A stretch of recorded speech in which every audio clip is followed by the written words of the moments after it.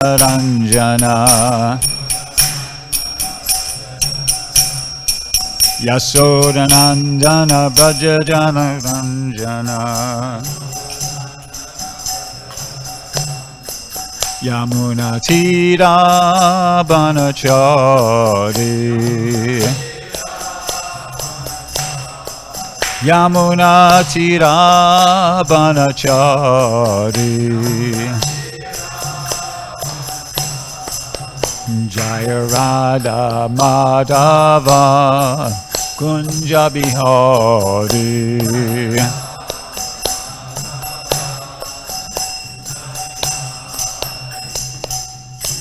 Jai Vishnupad Paramahansa Padavajacharya Stokta Sata Shri Srimad Divine Grace A.C. Bhaktivedanta Swami Srila Prabhupada Ki Jai ISKCON BBD Founder Acharya Srila Prabhupada Ki Jai Grantaraj Srimad Bhagavatam Ki Jai Go Premanandi Hari Hari Bo Om Namo Bhagavate Vasudevaya Om Namo Bhagavate Vasudevaya Om Namo Bhagavate Vasudevaya. So, reading from the Srimad Bhagavatam, 3rd Canto, Chapter 20, entitled Conversation Between Maitreya and Vidura, Text 29. Tvam kvanach charanam bojam Tam kvanach charanam bojam Mada vivalalochanam Mada vivalalochanam Kanchi kalapa vilasad Kanchi kalapa vilasad Dukula chana rodasam Dukula chana rodasam Tam kvanach charanam bojam Mada vivalalochanam Kanchi kalapa vilasad Dukula chanarodasam. Others?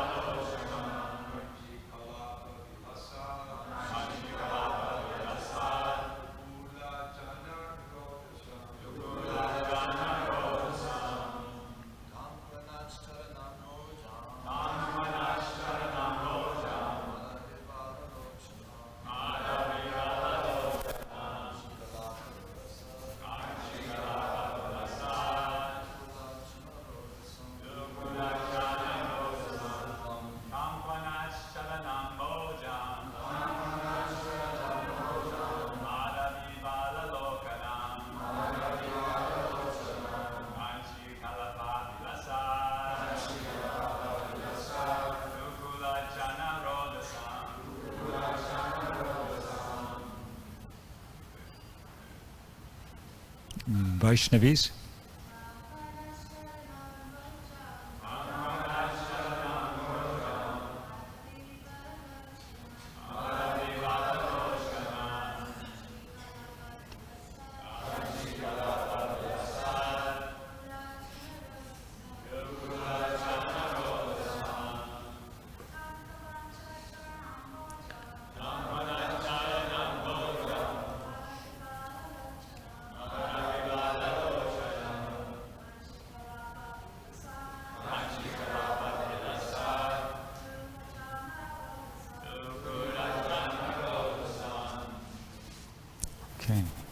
Tam, that body.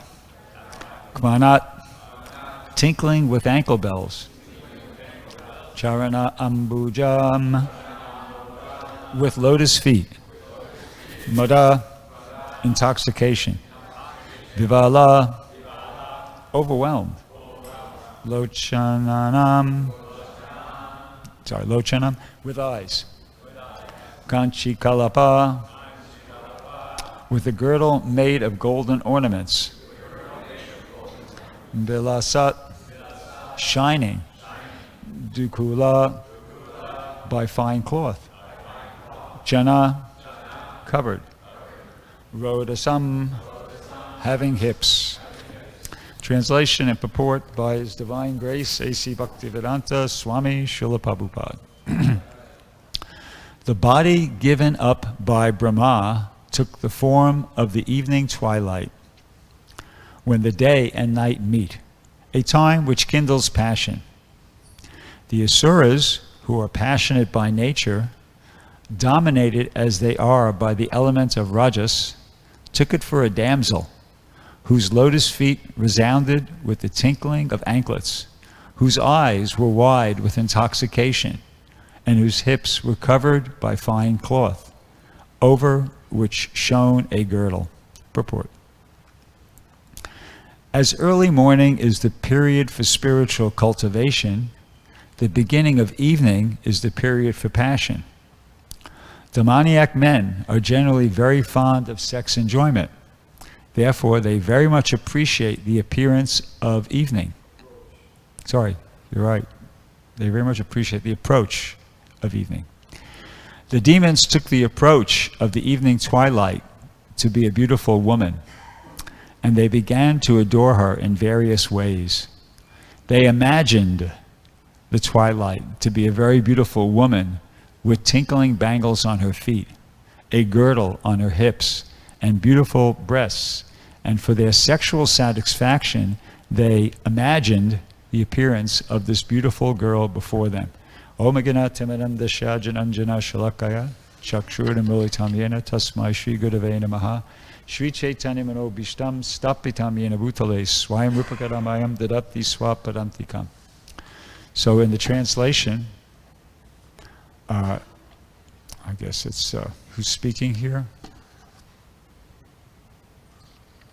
Lord Brahma, or whoever's speaking here, is pointing out that the demons, they took, let's see if I could,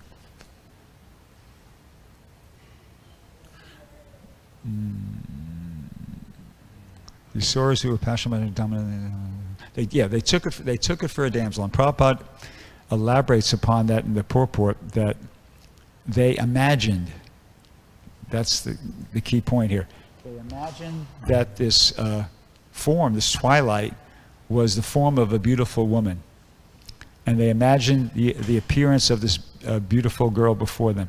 So they're imagining like this. There wasn't actually a beautiful girl there. There wasn't actually a literal, physical, beautiful girl before them. They're imagining that the twilight is this beautiful woman.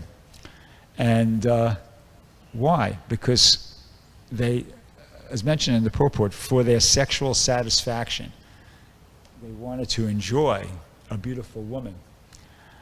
So they were lusty. They wanted to satisfy their lust. They wanted material enjoyment. So they're imagining like that. This twilight form, they're imagining to be a beautiful woman. So this happens when one desires sense gratification. One becomes under illusion. There's a verse, Krishna Bahir Mukha Hana Boga Vanchakare. Maya, let's see. In the Katishta Maya Tade Japadiyatara, that as soon as one desires sense gratification, then one's captured by, Prabhupada says immediately, one's captured by the illusory energy. So that's what's happening here. They have been captured by the illusory energy, and in illusion, they're taking this twilight, this form of the twilight, as a beautiful woman. So that was, it's nothing new. I mean, it happened then, and it's happening now. People all over the world, in illusion, because they're desiring sense enjoyment, they're taking the material enjoyment to be real happiness, even though they have like a lot of experience that doesn't work, it doesn't pan out, but still, due to the force of illusion, they're trying to be happy in that way. And in the process of doing that, the demons here in this verse and people that in general throughout the world, in the process of striving or what's the word? Yeah, striving for this sense enjoyment, this happiness by sense pleasure, they lose sight of the real purpose of life. Okay, totally. The real purpose of life can be stated in different ways, but one way is to get free from the cycle of birth and death, to conquer over death. I'm going to read an excerpt from a lecture where Prabhupada kind of mentions that, and he makes an additional point that previously, at least some people within human society understood that point, whereas today, virtually nobody understands that point. And that's significant, and I'm going to say more about that as the class goes on. So this is a lecture Prabhupada gave in the Bhagavad Gita in 1966 in New York. He says, there is a story in the Ramayana. Well, actually, I'll read a little something before that. He says, one who is situated in transcendental position of mind, then in this very body he has conquered rebirth. He has conquered rebirth. The whole position is that we want to stop rebirth in this material world. And Prabhupada goes, there's a story in the Ramayana when Maharaj Dasarath, who was the father of Lord Ramachandra, when Ramachandra was a boy about 10 years, 12 years old, Prabhupada goes maybe 15, 16, he was simply a boy. This is one sage, his name, Prabhupada was forgetting his name, he's very famous, I think it was Vishwamitra Muni actually. He came to Maharaj Dasarath asking help of Ramachandra for killing one demon in the forest, because the sages used to remain in the forest and that demon was creating some disturbance, so he approached the king. King is the lord of the whole, both the city and the forest. So he prayed that, please send your son and help me. Now, at that time the king inquired from the sage, Ahishtam yattam punar janma jayaya. Just like in our worldly affairs, we ask, how are you? How are things going on? Now, this here the king was asking the sage, Ahishtam yattam punar janma jayaya. You have become mendicant, you have become sage just to conquer over death. And Prabhupada goes, conquer over death. And he says the Sanskrit again, Ahishtam yattat punar janma jayaya. So that is the highest knowledge. Highest knowledge is to conquer over death. Of course, now it has become a story. Then people understood that. But Prabhupada says, now it has become a story. But to conquer over death, that was the main problem.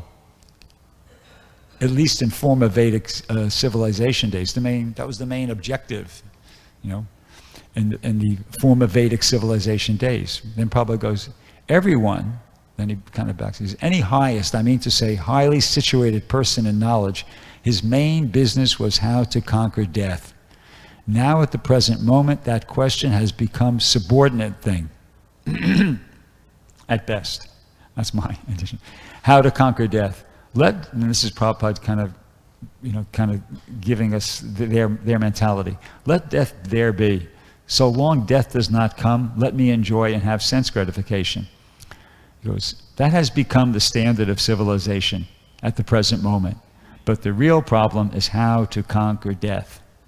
So, that's the real purpose or the real objective of the human form of life, how to conquer death. So tomorrow is World Enlightenment Day. Okay? So what is that?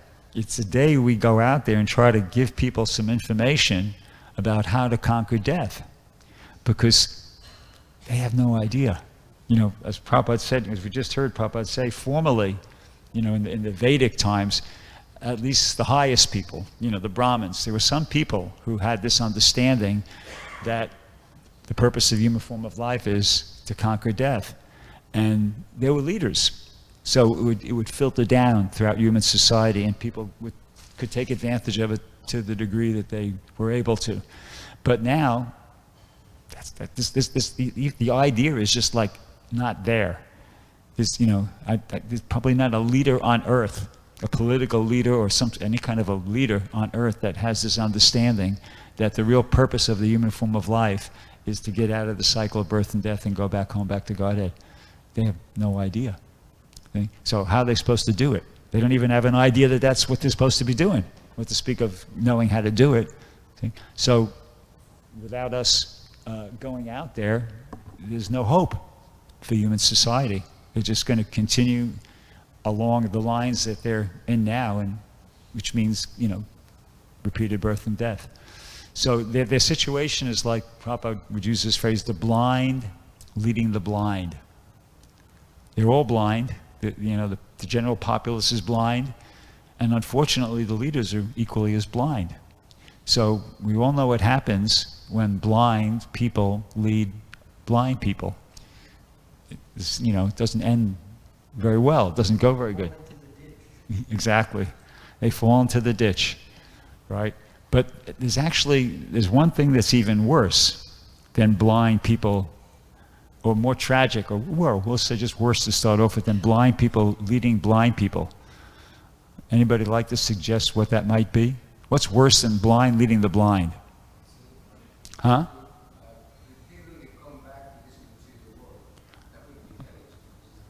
There's a hand up back there. What's worse than blind leading the blind? Yeah, you kind of got it. The blind leading the sighted. I mean, it's already bad enough if blind people are leading blind people. But how sad it is if blind people are leading people that are sighted. And in case you not get the analogy, I'll kind of elaborate. We're the sighted. You see? So our duty is we're supposed to lead. We're the sighted. We have this knowledge. We know it. We're practicing Krishna consciousness, and we're also supposed to go out and preach it. We're the sighted. We're supposed to be leading the blind. If we don't lead the blind, to the degree that we're not prepared to take up that mission and responsibility to lead the blind, to that degree, we're being led by the blind. There's a verse in the Bhagavad Gita, Nahi kaschit shanamapi jatu tishtati akarmakrit karyate hi avasha karma sarva prakriti jaiganai, that all men are forced to act helplessly according to the three modes of material nature. No one can refrain from doing something, not even for a moment. And in the purport, Prabhupada explains that unless one is engaged in the good works of Krishna consciousness, then he's automatically going to have to follow the activities. He'll be engaged in activities dictated by the illusory energy. See? So here's my point. It's not black and white. It's not like it's one or the other. It's shades of gray. To the degree that we're not ready to practice and preach Krishna consciousness, to that degree, we are going to be engaged by the illusory energy. We're going to be in that situation where we're going to be led by the blind. See? If you're not prepared to take it up, practice Krishna consciousness and try to give it to other people, then to that degree that you're not on board with the program, so to speak, to that degree you're going to be led by the illusory energy, led by the blind. So who wants that? A lot of times we don't see it in that light, but that's, at least to my understanding, that's the reality. So it's very important that everyone, each one of us individually understand and feel the need, the responsibility to actually make the effort. It's all about the effort. It's not about numbers. Krishna reciprocates with the effort. There's a purport in the 4th canto of the Bhagavatam where Prabhupada says that the pure devotee is always thinking about how to deliver the conditioned souls in the material world. And Krishna, being pleased by that, he enlightens the general populace from within by his causeless mercy. See, in other words, it's kind of like how it works. You see, it's a reciprocation from Krishna. Krishna is reciprocating with the desire of the devotee. Elsewhere in the Chaitanya Charitamrita, in a purport, Prabhupada says that the Lord's mercy follows the devotee's mercy. See, when the devotee desires to engage people in devotional service, Krishna can understand that. We just heard yesterday in the purport about how, Krishna is the super soul and he understands everybody's mind, everybody's desires. So certainly, that's true, holds true. He's paying attention to the devotee's mind and desires, and he reciprocates. So it's important for us, for our own development, and it's actually, it might not seem like it, but it's important for the development of the movement that we all have to, try to cultivate, develop this mentality of I got to practice Krishna consciousness and I got to try to give it to other people. You need to do it for yourself, and it's actually essential for the spreading of the movement as well, because Krishna reciprocates with the desire. If the devotees don't care to preach Krishna consciousness, then Krishna, they don't care, so all right, let's let it go on. Whatever happens, happens. But when the devotees have like this ardent desire to preach Krishna consciousness, then Krishna responds to that. And Prabhupada himself was an example of that. Prabhupada, he had the desire.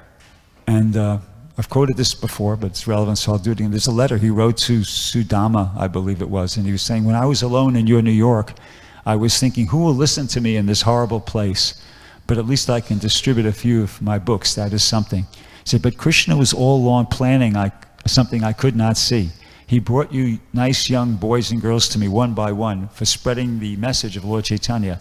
Now I could see it's a miracle. Otherwise, one old man in your city of New York with barely enough money to buy his food, how could he survive? What to speak of spreading a God-conscious movement for saving the whole world. So the point was that Prabhupada was, feeling like hopeless and like kind of discouraged on one level, but he was, because he didn't give up, he kept his determination.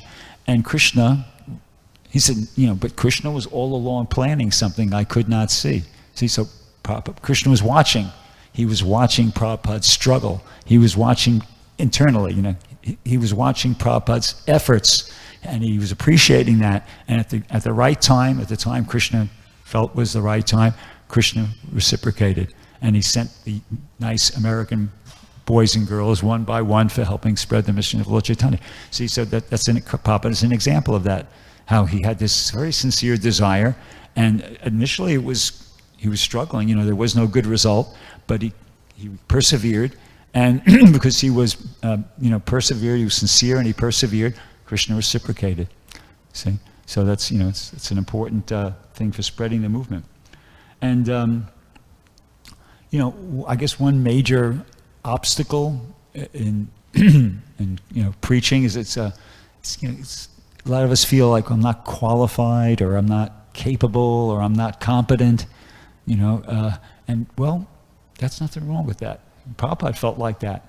There's that prayer poem he wrote on the Jaladuta as he arrived. My dear Lord Krishna, you are so kind upon this useless soul. I do not know why you have brought me here, and now you could do what you like with me. Most of the people here, and he goes on and he expresses in that poem that he doesn't feel qualified, he doesn't feel capable, he doesn't feel competent to execute the mission, right? But he's just praying for the mercy.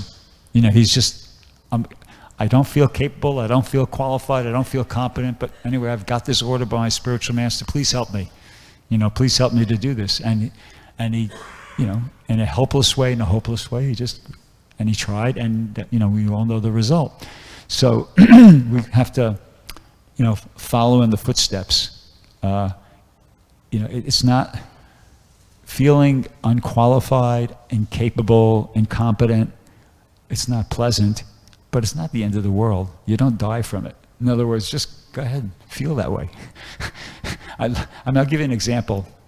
Just yesterday, for instance, I was out on Sankirtan, and I went to a mall because it was raining the last couple of days, and the first mall I went to is I picked, and I thought, because I knew it was the people, they were kind of mellow, and it was sort of a mellow mall, but my partner didn't like it. he said, nah, it's not, it's too small, too sleepy, you know. So we said, and I said, well, we can go to this mall, it's close by, Cerritos Mall, and which is a big, busy mall, but it's the people there are tough. And it's mean, and it's very fast moving. It's like being in a subway station, you know, everybody's just really, and I've been there before, and I had that, you know, I had that experience, but anyways, okay, you wanted to go there, let's go.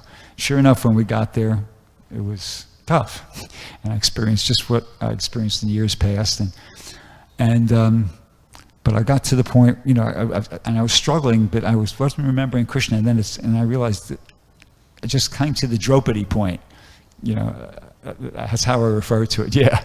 You know, Draupadi at first, when they were trying to, Dushasan was trying to pull off all her clothing, her sari, and she was struggling.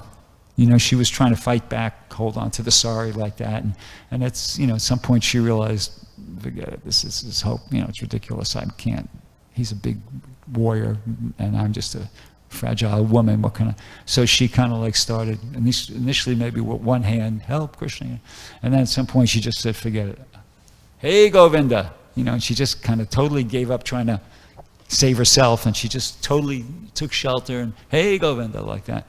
And then Krishna supplied unlimited sari. So, huh? She wasn't saving herself. She wanted Govinda to save her. Yeah.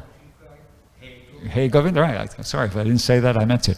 Hey Govinda, right. And then Krishna supplied the unlimited sari. So in the same way, when we're on Sankirtan, when you're out preaching, if you're feeling like totally helpless, that, you know, this is overwhelming. I feel like that all the time. This is overwhelming. Okay, just do the Draupadi program. Hey Govinda, you know, hey Govinda. I mean, you could do it in your own way, you know.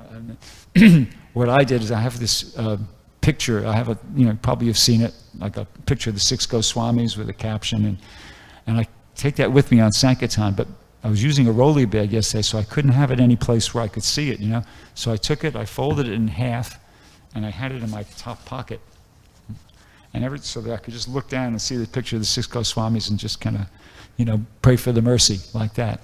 Anyway, as soon as I started doing that, I felt relief from the distress. The anxiety went away. All the you know, the illusion of like the struggle and I can't do this and no, that all went away. I felt like one of the cowherd boys, you know, in the Krishna book when the cowherd boys were going, they saw Aghasura. And they, you know, they were kind of, is this a demon? Or they couldn't figure it out at first. Anyway, whatever it is, Krishna will save us. And they just kind of, you just feel like it's on Krishna at that point. I just felt like, okay, Hare Krishna, you know, I'm just surrendering. I'm just depending upon you, 6 Goswamis and Srila Prabhupada. I'm out here. I'll try my best, but it's, you know, this is like totally, I'm over my head here. So just please help me. And, so anyway, Krishna gave us the intelligence to get out of that mall. We went back to the first mall, and things went okay. Things worked out. But anyway, so the point is that we should all try. Preaching it is challenging, and sometimes it definitely feels overwhelming. It feels like, oh, you know, I can't do this. I'm not cut out for this, or whatever. The mind will come up with so many different things, but just try not to listen completely. You can't shut it out. Just go ahead and do it. And have your program of just trying and praying for the mercy, and see what happens. It worked for Prabhupada. It's worked for countless Sankirtan devotees, and it can work for us too. We have to try that. And it's important that we try it because we need more than just like 2, 3, 4, 5 Sankirtan devotees. We need about like, you know, 20, we need a lot. We need everybody to kind of really be in that mood of, you know, getting the books out, trying to preach and spread the movement, not just like a few devotees in the temple. We need like really everybody to be, you know, as much as possible in that mood. So I'll stop there. Does anybody have any question? So tomorrow's the day. Tomorrow's the day, so everybody please try to get out there tomorrow and distribute some books. Yeah? Yeah. Question first, or question or comment? Question, and then we'll take a comment. Yeah, question.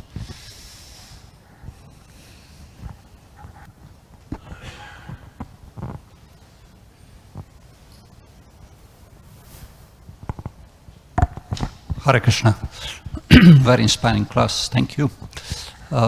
You said everybody in our movement, basically everybody, is what I said, should feel responsible, to do something for, himself and conditioned souls. Okay, it's understandable for preachers, sannyasis, gurus, and Sankirtan devotees.